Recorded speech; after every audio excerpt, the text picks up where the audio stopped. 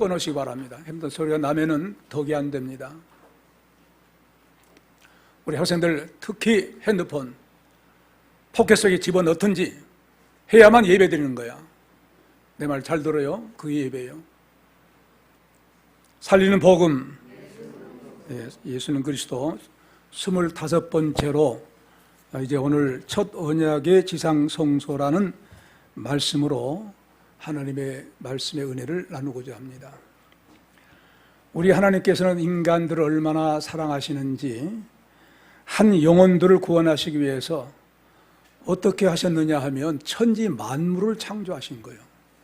우리 한 사람의 영혼을 살리기 위해서 온 천지를 창조하셨는데 그 천지도 지구 중심으로 창조하신 것입니다. 그래서 우리가 발붙이고 사는 이 땅 지구를 창조하셨는데 6일 동안 창조하신 거 우리가 다 알잖아요. 6일 동안 창조하시고 맨 나중에 인간을 창조하신 것은 뭘 말합니까? 인간들을 위한 6일간이 창조 사역을 하신 것이다. 그러므로 피조물 가운데 특별히 하나님의 형상 따라서 창조했으니까 가장 최고의 피조물입니다. 더 이상의 피조물이 없어요. 그리고 또한 이 인간을 위해서 뭘 창조했습니까? 에덴 동산, 낙원입니다. 낙원. 역사상, 인류 역사상 최초로 성전이었어요. 에덴 동산은. 그리고 그 가정은 교회였습니다. 첫 교회가 아담과 하와의 가정이에요. 에덴 동산은 예배드리는 예배당이었습니다.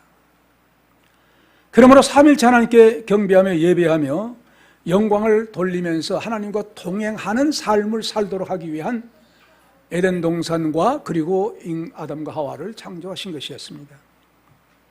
그러나 인간은 어떻게 됐습니까? 따먹지 말라는 절대 명령을 거역하고 선악과를 따먹음으로 말미암아 인간에게 죽음이 선고됐습니다. 창세기 3장 19절이죠. 흙으로 돌아가는. 인간만이 그렇게 됩니까? 인간들을 지상의 최고의 존재로 창조하시고 하나님의 대리 통치자로 창조하셨기 때문에 피조물까지 죽음이 오게 된 거예요. 엄청난 역사입니다. 그만큼 존귀하게 인간을 창조하셨다고 하는 사실을 알 수가 있어요.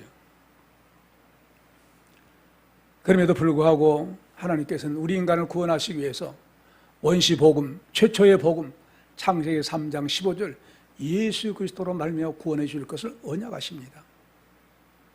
얼마나 놀라운 사건입니까? 그대로 버려두지 아니하시고 구원하신 거예요. 그 구원의 예표로 아담과 하와에게 어떻게 하셨습니까? 모가나 잎사귀로 수치를 가리운 것을 햇빛이 쨍쨍 쬐이면 이제 말라버리겠죠. 그게 문제가 아니죠. 예수도의 구원을 예표한 양을 잡아서 가죽옷을 입혀주었는데 원문에 보면 외투라고 했어요. 전체를 덮을 수 있는 그런 옷으로 지어 주신 거예요. 그걸 통해서 뭘 계시합니까? 죄인들을 구원하시기 위해서는 희생 제물이 필요하다고 하는 사실을 보여줍니다. 그건 역시 예수 그리스도죠. 그래서 하와에게 이렇게 놀라운 아담과 하와에게 이런 놀라운 구속의 역사를 보여주신 것이 그들이 낳은 아벨과 가인이 제사를 드리면서 또한 제사 드린 그 내용이 예수 그리스도입니다. 예수 그리스도로 말미암아 구원받는다고 하는 사실을 이제 첫 제사에서 보여준 거예요. 그 제사 제도는 홍수로 심판하실 때 노아에게 구원의 방주로 이어갑니다. 구원의 방주에 들어온 사람 다 구원받는다. 뿐만 아니라 생물들까지. 여러분, 그러므로 우리가 천국에 가면은 인간만이 있다면 재미가 없죠. 이 환경이 새롭게 조성된 그 세계가 열려져요. 동식물. 분명히 우리가 회복되면 그들도 회복되어서 하늘나라에서 아주 에덴 동산 못지않은 다시 복락원이 이루어지는 그 세계에 살게 됩니다. 이런 구원을 계시하신 거예요. 그 속죄의 제사는 조상 아브라함으로 이어집니다. 아브라함은 거주지를 옮길 때마다 감사 제사를 드려요. 제사란 그 말이, 제물 그 말이 희생을 말합니다. 짐승 희생을 말합니다. 그리고 이제 결정적으로 독자 이삭을 통해서 자기 자신을 드리도록 더 명확하게 예수 그리스도의 십자가상의 희생 제물을 확실하게 보여줘요. 짐승이 아닌 사람이 이렇게 와서 죽는다. 그리고 이삭은 야곱으로 이어집니다. 그러니까 야곱이 위험할 때마다 하나님 앞에 제사 드리도록 해요. 제사를 드립니다. 이어지죠. 그리고 그 다음은 모세로 이어집니다.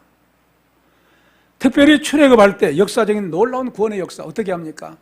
양을 잡아서 피를 문설주에 발라라. 그리고 누룩 없는 떡을 먹어라. 그래서 이 애굽 사람들이 장자가 죽는 가운데서 구원의 역사를 확실하게 보여줘요. 그로 인해서 출애굽합니다. 애굽에서 나옵니다.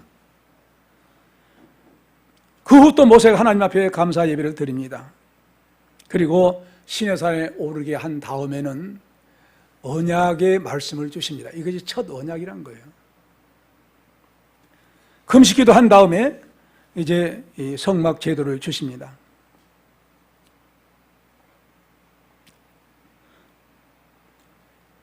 그리고 그에게 제사 제도를 주신 그 내용이 오늘 이 내용에서 다시 조명됩니다.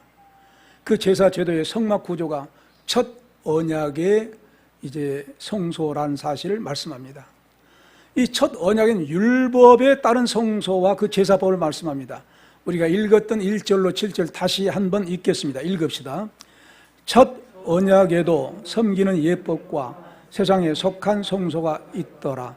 예비한 첫 장막이 있고 그 안에 등대와 상과 진설병이 있으니 이는 성소라 일컫고 또 둘째 휘장 뒤에 있는 장막을 지성소라 일컫나니 금향로와 사면을 금으로 싼 언약궤가 있고 그 안에 만나를 담은 금 항아리와 아론의 쌍난 지팡이와 언약의 비석들이 있고 그 위에 속죄소를 덮는 영광의 그룹들이 있으니 이것들에 관하여는 이제 낱낱이 말할 수 없노라. 이 모든 것을 이같이 예비하였으니 제사장들이 항상 첫 장막에 들어가 섬기는 예를 행하고 오직 둘째 장막은 대제사장이 홀로 1년 1차씩 들어가되 피 없이는 아니하나니 이 피는 자기와 백성의 허물을 위하여 드리는 것이라. 아멘. 이 말씀을 제가 다시 번역하면 우리 개역 성경과 비교해서 한번 보세요. 1절 그런즉 첫 언약에도 실로 섬기는 예법으로 세상에 속한 성소가 있었습니다. 2절 그러므로 그 첫 장막이 만들어졌고 그 안에는 그 촛대와 그 상과 그 떡들이 있는데 이는 성소라 부르게 됩니다. 3절 그러나 또 두 번째 휘장 뒤에는 지성소라 부르게 되는 성막입니다. 4절 금향로와 사면의 금으로 덮여진 언약궤로 그 금 항아리 안에 그 만나를 간직하고 있으며 아론의 그 쌍난 지팡이와 그 언약의 돌판들이 있었습니다. 또한 5절 또한 그 위에는 속죄소를 덮고 있는 영광의 그룹들입니다. 이것들에 관하여 지금 자세히 말할 수 없습니다. 6절 참으로 그 첫 장막에는 이것들이 이렇게 갖추어졌으니 항상 그 제사장들이 들어가 수행한 것입니다. 그러나 둘째 성막 안에는 그 대제사장만이 1년에 한 번씩 들어가는데 피 없이는 아니하며 그 피는 자기를 위하여 그리고 그 백성들의 허물을 위하여 바치는 것입니다. 라는 말씀입니다. 오늘 이 말씀 가운데 첫 장막과 둘째 장막이라는 말이 나와요. 한번 그림을 좀 저기 보세요. 이 텐트로 있는 것이 장막입니다. 그 안에 성소와 지성소가 포함되어 이제 구체적으로 일단 나옵니다. 하나님께 그 앞에는 번제단, 그 문, 그리고 하나님께서 그 제사를 받으시는 영광의 구름, 하나님께 기뻐 받으신다는 그런 내용입니다. 그래서 바로 섬기는 예법, 어떻게 섬길 것인가, 그 예법이 첫 언약에 기록되어 있다 그런 말이에요. 그리고 세상에 속한 성소는 손으로 만든 것이다. 손으로 만들었다 하는 것을 보여줘요. 이 성소는 한마디로 죄인들이 예수 그리스도를 통해서 하나님을 만나는 구원의 장소로, 하나님을 만나는 구원의 장소를 미리 그림자로 보여준 겁니다. 저건 그림자지요. 성소가 있으면 다 그림자, 예표, 모형, 모델. 진짜는 예수 그리스도다, 그런 말입니다. 그래서 바로 이 성소에서 예는 세 가지인데 아침마다 금향단에 분향했습니다. 이제 그 다음 그림. 이건 그 다음 올려 그 다음 없어요? 세 개만? 그러면 그 진짜를 안 보였네. 이제 이따가 보이죠. 그래서 바로 저 안에 성소 안에 그림을 내가 못 보냈습니다. 성소 안에는 뭐가 있냐? 금향단이 있어요. 그 다음에 이제 맨 처음에 출입문이 있고 출입문 딱 들어가면은 번제단입니다. 이제 번제단이 있고, 번제단이 있고, 번제단을 지나서 물두멍이 있어요. 세상들 손을 씻고 들어가요. 그래서 성소에 들어갑니다. 성소에 들어가면 이제 성소가 있는데, 성소와 지성소가 있는데, 성소의 오른쪽에는 이제 이 떡상이 있어요. 왼쪽에 떡상이 있고 오른쪽에 왼쪽에 등대, 7등대, 오른쪽에 떡상. 그 다음에 이제 앞에 지성소 바로 면전에가 금향단이 있습니다. 그 다음에 휘장으로 둘러서서 그 안에 들어가면 이제 대제사장만 1년에 들어가는, 1년 한 번씩 들어가는 이제 지성소가 있습니다. 네, 그런 내용이에요. 그래서 바깥 뜰에 있는 출입문부터 말씀드리겠습니다. 출입문이 한 개입니다. 동서남북에 있는 것이 한 개예요. 자, 그렇다고 하면 동쪽에 있습니다. 단 하나의 문입니다. 이건 무엇을 예표하는 것이겠습니까? 구원의 문은 단 한 분의 문밖에 없다. 그래서 요한복음 10장 9절에 내가 문이니 그랬어요. 내가 문이니, 정확히는 내가 그 문이니 그럽니다. 누구든지 나로 말미암아 들어가면 구원을 얻고 또는 들어가면 나오면 꼴을 얻으리라. 이런 말씀에서 그 문이라고 할 때 한 개의 문을 지적합니다. 그러므로 구원의 길은 오직 예수 그리스도 한 분밖에, 그 한 분을 통해서만 천국을 갈 수 있다고 하는 사실을 문 하나로 보여주신 줄로 믿습니다. 그래서 사도행전 4장 12절에 사도 베드로가 뭐랍니까? 다른 이로서는 구원을 얻을 수 없나니 천하인간의 구원을 얻을 만한 어떤 이름을 주신 일이 없다? 다른 이름을 주신 일이 없다. 오직 한 분. 통일교에 뭐라 합니까? 정상에 올라가면 동서남북 다 길이 있다. 나쁜 사람이죠. 오직 한 길밖에 없어요. 등산은 그렇지만 천국은 한 길밖에 없는 거예요. 천국을 등산으로 비유해서 되겠습니까? 안 되죠. 그 다음에 번제단. 번제단은 먼저 제사장이 번제단에 올리기 전에 잡아 죽입니다. 죽여요. 그리고 피와 고기를 가지고 올라가요. 번제단. 죽이기 전에 안수합니다. 양이나 소에게 안수를 해요. 제사장이. 무엇 때문에 안수할까요? 내 죄와 백성의 죄를 이 짐승에게 옮깁니다. 전가시킵니다. 내 죄를 이 짐승이 담당하고 죽게 하옵소서, 그런 뜻으로 안수한 거예요. 전가시킨 거예요. 자기를 위해서도 또 안수하고 백성들의 죄를 위해서도 안수합니다. 나의 죄도 이 짐승이 지고 백성들의 죄도 이 짐승이 짊어지고 죽게 하옵소서. 그렇게 해서 그 죽을 때 흘리는 그 피를 번제당 4뿔이 있어요. 4뿔이 있는데 뿔은 뿔 자체는 뿔로 뭐 합니까? 받지요. 권세를 의미한 거예요. 피를 뿌려요. 4군데 피를 뿌려요. 그러니까 4군데 피를 뿌리는 그 이유는 무엇일까요? 4군데 동서남북을 의미해요. 동서남북에 피를 뿌림으로 예수 그리스도의 보혈 피의 권세는 동서남북 모든 사람에게 뿌려서 구원받는 좋은 복된 소식을 세계 만방에 전하라는 의미가 있는 줄로 믿습니다. 예수님의 피의 권세는 인간들의 죄를 사죄할 수 있는 능력의 권세다 하는 사실을 뿔 위에 뿌린 피로 보여준 거예요.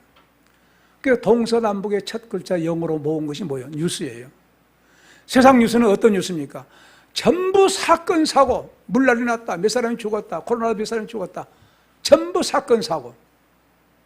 근데 예수의 복된 이 소식은 어떤 사고? 죄에서 구원받는 복된 소식. 할렐루야. 극적으로 다릅니다. 세상의 소식은 엄청난 부정적인 소식, 복된 소식이 아니에요. 그러나 복음의 소식은 구원의 소식, 영원한 영광 세계에 들어가는 복된 소식. 다르죠. 이 복된 소식을 전하라고 하는 의미에서 동서남북을 의미하는 네 뿔의 보혈 피를 대신한 양의 혹은 짐승의 피를 뿌리도록 그렇게 한 것입니다. 그리고 불살라 죽인 거예요. 몸은 또 그 짐승은 다 불살라 태워버린 거예요. 그것을 보게 한 겁니다. 이스라엘 백성들로 하여금 보게 한 거예요. 그러므로 무엇을 의미할까요? 바로 예수 그리스도께서 십자가에 죽으신 사실을 예표함으로 이 양이나 소가 죽을 때 누구 대신 죽은 거면 내 대신 죽은 거예요. 내 대신 저 양이 짐승이 짊어지고 불타 죽은 것을 보고 이미 칼로 죽였을 때 죽었지만 불타 죽은 것을 보고 뭘 느끼게 한 겁니까? 내 죄가 나는 불타 죽어야 할 죄인인데 저 양이, 저 짐승이 내 대신 죽고 있구나.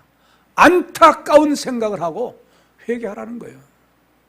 그런 의미의 번제단에 이제 이 번제단 제도를 주신 것입니다. 그러므로 이 번제단 제물을 태워서 죽일 때에 그냥 짐승이 타서 죽는구나 구경이나 하자 아무런 의미가 없는 거예요. 내가 죽어야 할 자리에 바로 저 짐승이 죽는구나. 뭘 의미합니까? 내가 죽을 대신 예수님이 앞으로 오셔서 죽게 되는구나 하는 그런 사실을 깨닫도록 하기 위해서 그림자로 이와 같이 성막 제도를 보여주신 건데, 만일 그런 사실을 보고 자기 죄를 회개하지 아니하면 제사의 의미가 없어요. 성전을 들은 제사의 의미가 없어요. 그러므로 우리가 주의 몸된 교회, 거룩한 공동체인 교회입니다. 공동체로 끝난 것도 아니에요. 거룩한 공동체로서의 교회예요. 교회 안에 우리가 들어와서 한 사람 한 사람이 하나님 앞에 먼저 감사하고 죄를 회개하지 아니하면 의미가 없는 거예요. 여러분, 그럴 때 반드시 기도할 때는 하나님 앞에 먼저 감사하고 내가 지은 잘못한 죄 회개하는 그런 시간을 갖는 것이, 그래야만 이 교회당에 들어온 의미가 있고 하나님 앞에 예배드릴 의미가 있는 거예요. 그것이 회개가 없다고 하면 구원이 없어요. 구원이 없어요. 아주 중요해요. 여러분, 습관을 들여야 돼요. 그냥 감사만 하지 마세요. 감사한 다음에는 반드시 회개가 들어가야 돼요. 주기도문 그대로 해야 돼요. 주님, 내가 적극적으로 어떤 큰 범죄를 안 저질렀다 할지라도 더 열심히 교회를 하나님 앞에 열심으로 섬기지 못했습니다. 말씀을 더 열심히 순종하지 못했습니다. 그런 거 60점 이내가 아니고 60점 이상의 100점 모자란 것을 회개하는 거예요. 성결한 삶은 바로 그거예요. 더 열심히 하나님 섬겨야 되는데, 더 열심히 기도해야 되는데, 더 열심히 성경 묵상해야 되는데 그렇지 못하는 거 용서해달라고. 그러므로 우리는 하나님 나라에 넉넉하게 죄를 회개한 자만이 들어가게 될 줄로 믿습니다. 그렇기 때문에 히브리서 10장 19절에 우리가 예수의 피를 힘입어 성소에 들어갈 담력을 얻었다고 했어요. 자, 그런데 예수님이 하나님 앞에 나아갈 때는 반드시 예수 그리스도의 피를 힘입어서 나아가야 되는데, 나아가서 우리가 죄 용서를 받을 때 먼저 회개합니다. 이건 무엇을, 짐승이 태워 죽인 거, 피를 뿌린 건 뭘 예표하는 것인가? 십자가 사건 아니겠어요? 우리가 십자가 사건에서는 무엇이 이루어졌냐면 원죄는 끝나버렸어요. 예수님 십자가에 죽으심으로 아담이 지은 원죄는 십자가에 죽으심으로 완전히 끝났어요. 근데 우리에게 뭐 남았어요? 자범죄. 자범죄는 날마다 제사를 드렸던 것처럼 날마다 회개해야만 죄 사함을 받게 된 줄 믿으시기 바랍니다. 이거 아주 중요해요. 원전의 심판을 받았어요. 십자가 사건을 한번 끝났어요. 하지만 우리가 지은 자범죄는 날마다 회개함으로 이제 죄가 사함 받는데, 번제단에서 그 제물을 태울 때 이 불은 사람이 만든 불이 아니에요. 불이 내려온 거예요. 그리고 이 불은 계속 간직하도록 해서 그 불 가지고 하나님 앞에 번제단에 태우도록 그렇게 하신 겁니다. 처음에 번제단의 불은 하나님이 주신 불이에요. 인간이 한 불이 아니에요. 만든 불이 아니에요. 그래서 솔로몬 성전에서 봉헌식 할 때 하늘에서 불이 내려와서 살랐어요. 번제단과 그 제물들을 다 살랐어요. 그러므로 영광이, 하나님의 영광이 가득했다고 했어요. 이 불은 뭘 의미하느냐? 하나님의 불. 그러면 무슨 불? 성령의 불이에요. 이 불이 오순절 성령 강림 때 그 불을 상징하고 있는 거예요. 그래서 바로 이 광야에서 이런 사실을 무시하고 아론의 두 아들이 일반 불을 불러가지고 제사를 드렸어요.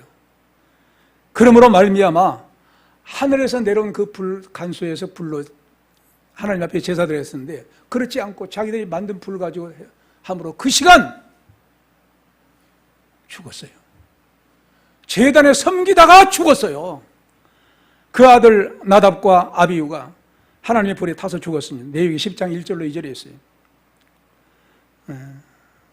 이런 사실론 하나님의 불로만이 예배 드려라. 성령의 놀라운 불 가운데, 성령이 임재한 가운데 예배 드리라 한 그런 사실 우리에게 말씀하고 있는 줄로 믿습니다. 성령의 임재 속에 예배 드리라는 거예요. 그 다음에 물두멍이 있어요.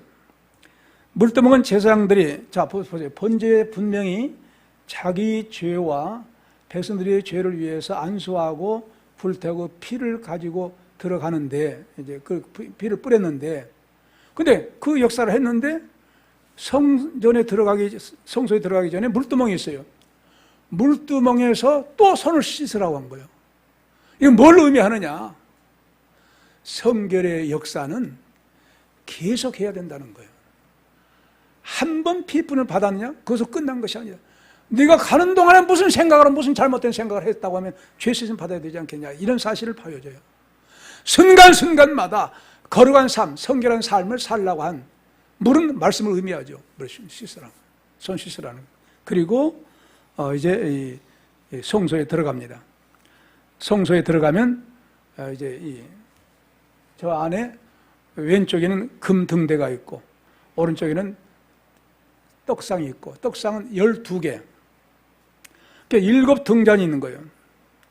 뭘 의미하냐면 성령의 기름 부음을 항상 공급함으로써 우리가 세상의 빛과 소금의 사명, 빛의 사명을 감당할 수 있다는 것을 보여주고 있어요. 진설병 그 떡, 이 떡은 무교병이죠. 누룩이 없는 떡이죠. 죄가 없는 떡. 예수 그리스도의 생명이, 나는 생명의 떡이라고 했잖아요.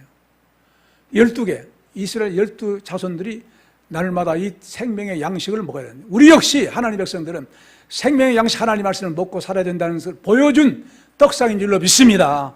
떡상이 있어요. 그 다음에 향단이 있어요. 향단. 향단은 날마다 아침과 저녁으로 향을 살라야 됩니다. 향은 뭐겠죠? 찬양과 기도를 의미해요. 늘 하나님을 찬양하고 하나님 앞에 기도해야 된다. 그래서 바로 그걸 의미한, 이제 그래서 제사장이 들어가서 향단 앞에서 기도하죠. 요한계시록 8장에 보면 성도의 기도가 보좌에 올라가는, 향이 올라가는 것을, 기도가 올라갈 때 향이 올라가는 그런 사실을 보여줘요. 예. 향은 눈으로 보면은 냄새가 나겠죠. 올라가는 냄새가 나지만, 냄새는 어떤 냄새가 나요? 냄새는 냄새가 나죠. 예. 자, 향. 그리고 우리가 기도할 때 향기를 지금 하나님 앞에 올리고 있는 것이다. 그러므로 향기가 끊어지지 아니한 기도 생활을 할 수 있기를 바랍니다. 그 다음에 지성소에 들어가면 언약궤가 있어요. 보여줘요. 언약궤가 있어요. 그 다음에 언약궤 안에, 그 다음에. 네. 언약궤 안에는 보세요.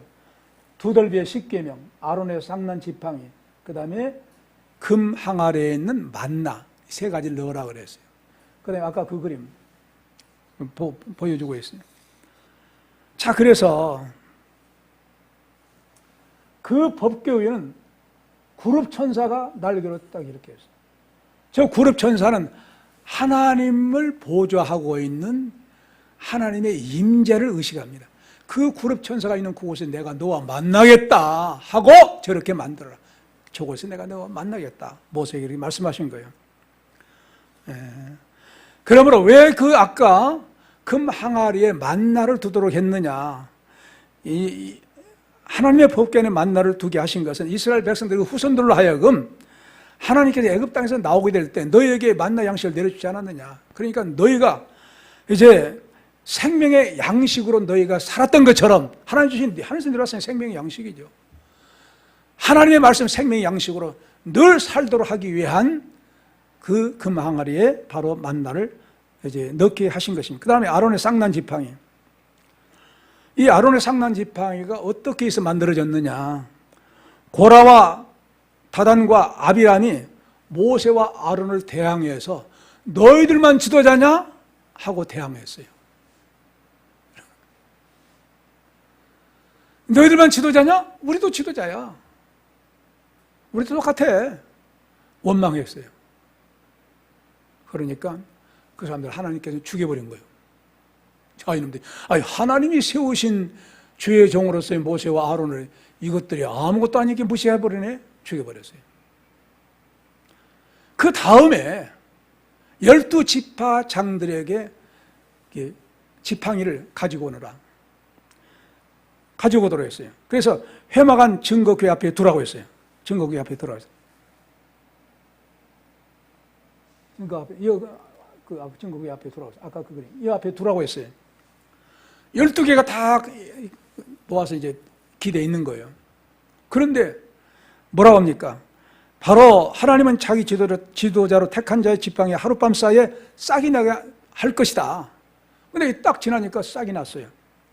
어떤 것만? 아론의 지팡이에만 싹이 나고 순이 나고 꽃이 피고 살구 열매가 맺은 거예요. 그러니까 이제 아론의 지파, 12지파 아론 지파가 바로 지도자다. 제사장 계열이 된다. 이스라엘 민족의 영적인 지도자의 지파다 하는 사실을 확연하게 보여준 거예요. 자, 그렇다고 하면 이것을 넣으라고 한 거예요.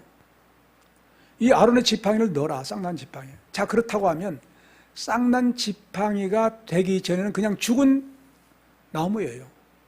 죽은 나무 뭘 가르쳐요? 예수님의 십자가의 죽음. 싹이 나고 열매가 맺어. 싹이 나고 다시 산 지팡이 돼. 뭐예요? 부활이에요. 부활의 열매. 부활의 첫 열매가 되신 거예요. 예수님. 그걸 기념하고 있는 거예요. 그걸 예표하고 있는 것입니다. 그러므로 패역한 원망하고 있는 그런 사람들은 이제 정말 하나님께 그렇게 보여주신 가운데 원망한 사람들 다 죽여버렸으니까 무섭죠. 이제 절대적으로 하나님이 세우신 지도자를 그들의 말은 하나님 말씀인즉 따르라. 그런 증거로 보여주게 한 거예요. 그러면서 언약의 비석을 십계명 두 돌비 이제 넣도록 한 거예요. 근데 모세가 시내산에 올라가서 이제 십계명 두 돌비를 가지고 내려옵니다. 내려오니까 무슨 일이 벌어졌어요? 아론을 비롯해가지고 금부치를 금으로 해서 뭘 만들었어요? 금송아지를 만들었죠. 화가 나서 깨버렸어요. 아니, 하나님을 잘 섬기도록, 우상을 섬기지 말고 하나님을 섬기도록 지금 그 말씀을 바꾸는데 정반대로 아론도 타락한 거죠. 그렇게 세운 지도자를 할지라도 타락한 거예요. 그러니까 뭐예요? 하나님께 노하신 거예요.